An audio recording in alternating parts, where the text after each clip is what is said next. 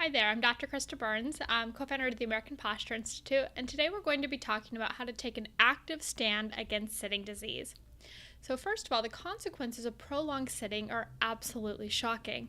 We would think that in a modern day lifestyle where we have the technologic advantages, we would think that we would be at less risk.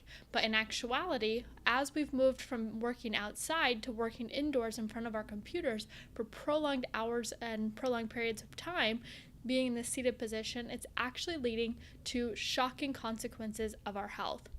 So why focus on sitting disease? Why does sitting disease matter so much in this day and age? Well, quite frankly, we were designed to be athletes. We were designed to move like animals within our environment. We were designed to run fast. We were designed to think quickly. We were designed to stand upright. We were designed to make dynamic movements. We were absolutely designed to be athletes. And yet, we sit all day. In fact, if you looked around our society, you would think that we were desk bound. You can see from this picture here the evolution of how we are de-evolving here at the speed of technology. So sitting disease then is an absolute public health nightmare. More than a third of Americans alone are obese. More than 60% of Americans are overweight or obese. And obesity is linked to chronic disease. The medical cost per year is $1,429 higher per person. So let's talk about that. Obviously, we understand that obesity is directly related to chronic diseases. It's absolutely a precursor to chronic diseases such as diabetes, type 2 diabetes, such as heart disease, such as cancer. Being obese leads you down the road of terminal illness. So we want to take a stand against sitting disease to prevent obesity, to then prevent the onset of chronic disease. And of course, if we look at this from a public health perspective in terms of medical costs, it's much more expensive per patient when these patients are seated, then leading to obesity, then going down the road of chronic diseases. So if we can start from the preventative perspective from a public health initiative, we can start from a prevention perspective. We can prevent obesity. We can then prevent many chronic diseases that are affecting our modern day patients and modern day colleagues. While seated, prolonged sitting and poor posture while stressed out at work is called the terminal trifecta. So we have sitting disease. We know that prolonged sitting decreases our metabolic rate, leading to obesity. But in addition to that, in this modern day society, at the fast pace that we're moving, so many people are more stressed out than they've ever been before. So we're seated longer, we're more stressed out. So when we're more stressed out, we're in this sympathetic overdrive state, leading to, more stress, anxiety, depression. And then, of course, in addition to that, there's poor posture positioning. So look at this woman here. She's seated at her computer. She's probably been sitting there for hours. She's stressed out, so you can see that she's in a very stressed posture. She's leaning forward. She's flexor dominant. So with this poor posture and positioning, we'll talk more about how that's directly impacting the quality and the quantity of her life. So recognize that prolonged sitting while stressed out with poor posture is called the terminal trifecta, having a terminal trifecta effect on the quality and quantity of your life. So you guys have probably heard that sitting is the new smoking, but I do want to mention that standing alone is not the answer. So sitting is the new smoking, but what I want to do at the end of this presentation is give you some really great strategies in addition to standing that are going to help prevent the onset of sitting disease, and which of course is like preventing the onset of a smoking habit or a smoking addiction. Now imagine if your chairs came with a warning label. So when we see a box of cigarettes, what does the box of cigarettes say? The box of cigarettes literally says, smoking can kill you. Smoking causes cancer. Beware. Smoking is toxic. Smoking can lead to terminal illness. So it literally says that on the box. So when we buy a box of cigarettes and you look at that box, you are making an active choice. You're actually choosing to do something that's dangerous. Imagine if our chairs actually came with a warning label on them, just like a cigarette box. I think we would think twice before we sat, or if we did choose to sit down, it wouldn't be like we smoked a whole pack a day. We would think, okay, I'm going to sit down and then I'm going to stand up and be more active because sitting kills. So if our chairs came with the same labels as a cigarette box, we would really think twice about how many hours per day we spent sitting. So imagine if you had an 8-hour workday, and if you sit for that 8 hours, and if our chairs came with a label, that would be the equivalent of smoking a pack of cigarettes a day. So when we think about this in terms of moderation, when we think about this in terms of something that we all understand to have a very poor effect on our health, such as smoking, then it starts to make more sense just how dangerous sitting disease really can be. And here's the great thing is that employees around the world are ready to make a change. So they have done research asking employees, would you be willing to stand up more often throughout the day? Would you prefer to be more active, or do you like sitting? And the results were astonishing. The results were showing that upwards of 70% of employees were saying, I highly dislike sitting for so long. I just do so because my job requires it. My job requires that I'm in front of my computer or next to a phone, or it requires that I'm seated and engaging with customers, for example, as a secretary, or greeting customers as they come in. So what we found was it's not that employees actually prefer sitting, it's that they just continue sitting because it's a societal norm and they think that it's expected by their employers. So do recognize that employees are ready to make a big change. So let's talk about the physiologic effects of sitting. So when you're sitting for prolonged periods of time, metabolic function absolutely plummets, meaning that you're burning about a third of the calories that you are or would be if you were up walking around. Your joints are inactive and less mobile. So this is when people feel stiff. They feel that stiff and that soreness. Fat and cholesterol levels rise, so you're more inclined, as well as insulin effectiveness diminishes. So with the change in fat and cholesterol levels and insulin effectiveness diminishing, then that's leading us again to that weight gain and obesity. So physiologic effects of sitting are a predisposition to depression, to heart disease, obesity, cancer, and type 2 diabetes. But in addition to sitting, if we are going to be sitting for prolonged periods of time, it is so much better to be sitting in good posture. So again, going back to that terminal trifecta, not only are we sitting for hours per day, we're also stressed out and we have poor postural design. In fact, posture is declining at the speed of technology. So we see grown-ups or adults seated like in this position at their computers for hours and hours per day. We see children looking down at their cell phones for hours per day, sitting with their laptops in this position. Or while at school, when reading, they're in this position. So being seated for a prolonged period of time, plus poor posture, has a dramatic effect on our health. So let's give you let's put this into perspective here. So did you know that a postural hyperkyphosis, and just to explain what postural hyperkyphosis is you can actually see it here with this child. You could also see it here. So a postural hyperkyphosis is a C-shaped spinal curvature.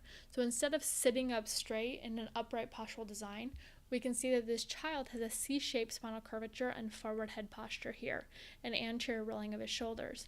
You can see the same presentation here. So forward head posture, C-shaped spinal curvature, anterior rolling of the shoulders, resulting in what's called a postural hyperkyphosis. So when you see this posture, when you see the slumped forward posture, I want you to think of all these consequences. There's an increased risk of early mortality, 64% increase in heart attacks with height loss. So for example, you can see that if he were to be standing, it would appear that he was shorter, height loss, and that predisposes by 64% an increase in heart attacks. The diagnosis of depression. So it's having this type of posture is a diagnostic factor in depression, meaning that if you have this posture, it is an assumption that you either have or will experience symptoms associated with depression. Also look at this posture, how it's restricting the vital air capacity with the lungs. So restricted lung capacity and asthma is a result of postural hyperkyphosis. Also, they found that poor mood and negative self-talk. So they actually compared two groups of people. One group had good upright postural design, nice confident posture. And then another group had this poor posture. They looked a little bit sicker. They looked depressed. Literally, the word depressed means I have a depressed posture. And they had these two groups of people with good posture and poor posture. They had them write down how they felt and words that described themselves. And what they found is that the group in proper posture, they had better mood and they had more positive things to say about themselves and they thought higher of themselves. Whereas the group in poor posture, they had poor mood affect, they felt lower, they didn't appreciate themselves as much, they were saying more negative things like I feel depressed, I feel angry, I feel anxious, I feel mad. So just by the change in posture among the two groups, that was the only difference, the only differentiating factor was a whole change in mood as well as self-talk. So recognize that your posture is not just the structural design of your body, but it's absolutely important for how you move, how you feel as a human being, and of course how you function. And then repositioning errors in poor proprioception. So proprioception is our understanding of where our body is in space. When we have good upright postural design, we have better proprioceptive sense. Digital dementia and a decline in brain function. So digital dementia is a result of prolonged sitting in poor posture with the overutilization of technology. Digital dementia is dementia-like symptoms in adolescence. So for example, kids with digital dementia, they can't remember phone numbers, they can't seem to find directions without a GPS. It's an addiction to technology resulting in dementia-like symptoms. And then of course, underdevelopment of the posture system in autism. So autism and autism spectrum, we see that they have an underdevelopment of their posture system and less postural control.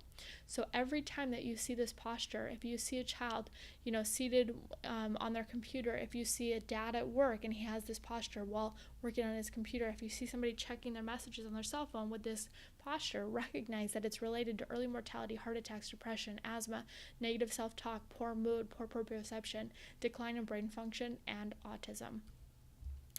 But the good news is with upright postural design, we can stimulate better health and better function. It's called the posture health connection. And of course, posture and perceived levels of stress. So I talked to you a minute ago about poor posture and poor negative self-talk and the feeling of depression and anxiety. In addition to that, we have increased levels of stress when we have poor posture. So again, going back to the woman previously who was seated at her computer in poor posture, she looked stressed out. So that's the terminal trifecta, being seated for prolonged periods of time, having a high amount of stress, and poor posture. And here's the thing, is that posture and perceived levels of stress are directly connected. So again, if you compare two groups, one with upright postural design and a group with poor posture, the group in poor posture actually has a higher perceived level of stress. So just by changing your postural design while seated is going to help you and your patients and your colleagues to live at a higher level with less stress and better function. Again, looking at that sympathetic nervous system. So the sympathetic nervous system, you guys have all heard of the fight or flight. So this is going to be your adrenaline. While you're seated, so I'm seated in this position. Now, as I'm seated and I'm pumping out adrenaline, what that adrenaline tells my body physically, the sympathetic nervous system says, get up and move, get up and fight or flight. Get up and fight somebody for your life or run for your life. That's what your body's saying. That's what the hormones are producing. They're saying, go, go, go, go, go, go, go, go, go, go. But yet, what we do as a society is we are pumping out adrenaline because, for example, we have a deadline coming up, but instead of getting up and moving our body like we're designed to do, again, we're designed to be athletic, we just sit there. We continue to sit there, pumping out this in total sympathetic overdrive. Our body is designed to fight or to flight, what's the common factor of fighting and flighting? Movement, fast, strong movements. That's what our body is designed to do under this state of stress. But yet, as a society, we just keep sitting there. We keep sitting there in poor posture for prolonged periods of time. Again, the terminal trifecta. So there's a part of your brainstem called the PMRF located within this area that's responsible. It's called the powerhouse of your posture.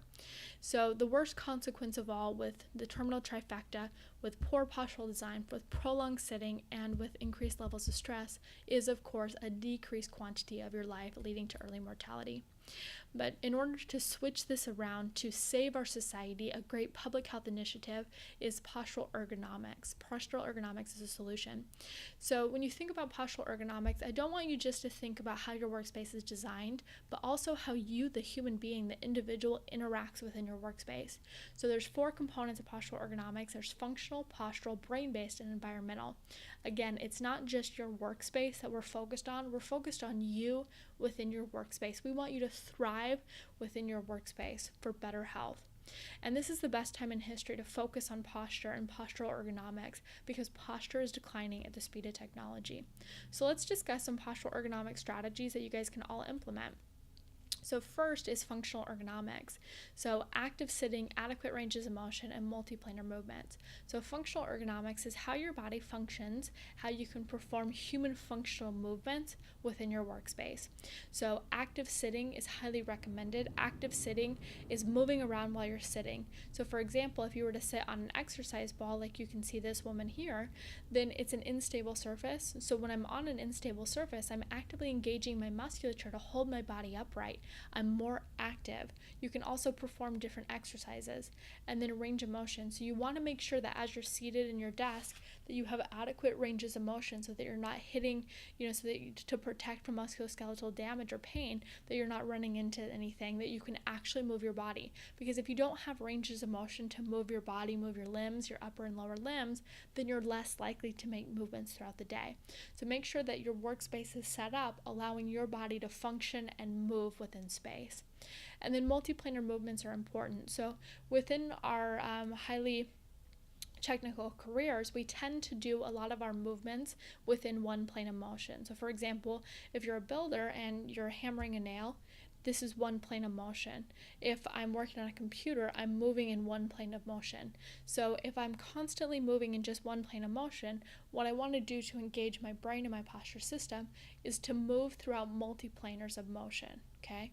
So to stimulate my brain, to stimulate my posture system, think about multiplanar movements. And then, so again, going back to those 4 components, we just went through functional ergonomics. Now let's talk about postural ergonomics. So with postural ergonomics, I recommend that everybody utilizes a posture reminder. So on my computer right now, I have a sticker that says check your posture. This reminds me every time I see that sticker to sit up straight, to sit upright. So you can wear a bracelet, you can utilize a sticker, you can set a reminder on your phone, but that's going to remind you to have good postural design throughout your workday. Also take frequent posture breaks and change your posture often. So with a posture break, what tends to happen as we're seated, the pull of gravity pushes down on our body, resulting in a postural hyperkyphosis. So if I'm not consciously aware of my posture, instead of being here in an upright postural design, gravity pulls my body down and I have slumped posture. So the purpose of a posture break then is to go anti-gravity, to resist the force of gravity pulling down on your body. So if this is a postural hyperkyphosis with gravity pulling me down, what we do for a posture break is we go up by pushing our chest up, our arms out, and dropping the head back, okay? So holding this position, you can feel a nice stretch across the arms. You can feel that these muscles that are usually tight as we go forward with gravity are being elongated and stretched. And you hold this position for 30 seconds. Now, the important thing about a posture break is doing this every hour. So instead of just doing it one time per day, that's not going to offset the ill health effects of gravity pushing down on the body. So what you want to do is every hour, take a 30-second posture break to truly reverse the effects of gravity. And then also changing your posture often. That goes back again to an active sitting. So as she's sitting on this exercise ball, she's able to move around and change her posture often. And then the third component of postural ergonomics is brain-based ergonomics. So parasympathetic posture is really important. We talked a minute ago about that terminal trifecta, about just being completely stressed out, that sympathetic overdrive state. What we want to do is bring the body into a nice parasympathetic state with parasympathetic posture. So when I'm seated upright in this position, I can actually control my breathing, whereas when I'm here, I go into more of a hyperventilatory state, resulting in increased sympathetic output. So in a nice parasympathetic posture, I'm sitting up straight, I can breathe properly, and I have a higher vision of myself, and I feel nice and relaxed. Also with brain-based ergonomics, not being completely overwhelmed by all the notifications that are going off constantly in our world. Turn off those notifications so that you can be more focused on your work and eliminate those distractions that could be creating a massive amount of distraction in your life, in your world, in your workplace that's preventing you from getting the most productive work done. And then the fourth component is environmental. So this is your actual workspace. So you'll notice that we went through 3 components of ergonomics. The first was functional, which is how your body functions. And the second was postural, was your posture within your workspace. And the third was brain-based, which is how your brain functions within your workspace. Now the fourth component is environmental ergonomics. So now finally we're talking about the environment itself. But I want to highlight again that I want you to be people focused first. So focus on that human body within the environment before focusing on changing the environment, okay? All 4 are necessary and important, but always focus on how you can thrive within your environment. So from an environmental ergonomic perspective, we highly recommend sit-stand capability, meaning that you can be in a workspace that allows you to sit and stand. So you can see that this is a standing work desk here. Now with the automatic adjustables, then you can easily, just with a push of a button, move the desk down and move it back up. So you can move it down to a seated height, you can move it up to a standing height. So sit-stand capability promotes more activity throughout the day to then prevent and overcome sitting disease. And this says increased NEAT. So NEAT stands for non-exercise activity thermogenesis. So this is the amount of caloric expenditure and energy that you're burning and utilizing throughout the day without working out, without exercise. So this is everything that you're doing besides going to the gym in the morning, for example. So when you can increase your non-exercise activity thermogenesis throughout the day, it's going to stimulate more fat loss. It's going to stimulate and prevent the obesity. And then proper ergonomic equipment to support good upright postural design. So by implementing these 4 strategies, so again, so the 4 components of postural ergonomics, which is functional, postural, brain-based, and environmental, you really can beat sitting disease. And recognize that your colleagues want to do this with you too. We said before that it's not that people don't want to stand up to sitting disease, it's that we all think it's so normal. We're taught from the time that we're in school to be seated. In fact, we were rewarded for good behavior if we were seated without moving. So we've been taught this from a young age, whereas we need to flip this around, reverse it, in order to prevent postural decline and prevent sitting disease. Now, it's important to realize that you can't unknow the information that you learned today in this presentation. Sitting disease is real. Posture is declining at the speed of technology. You have the opportunity and the ability to take an active stand against sitting disease. At the American Posture Institute, we support you in your efforts to stand up for what's right, to stand up for your community, to stand up to this public health nightmare of sitting disease. This is your body. This is your opportunity to make a difference, to halt postural decline, and to take an active stand against sitting disease.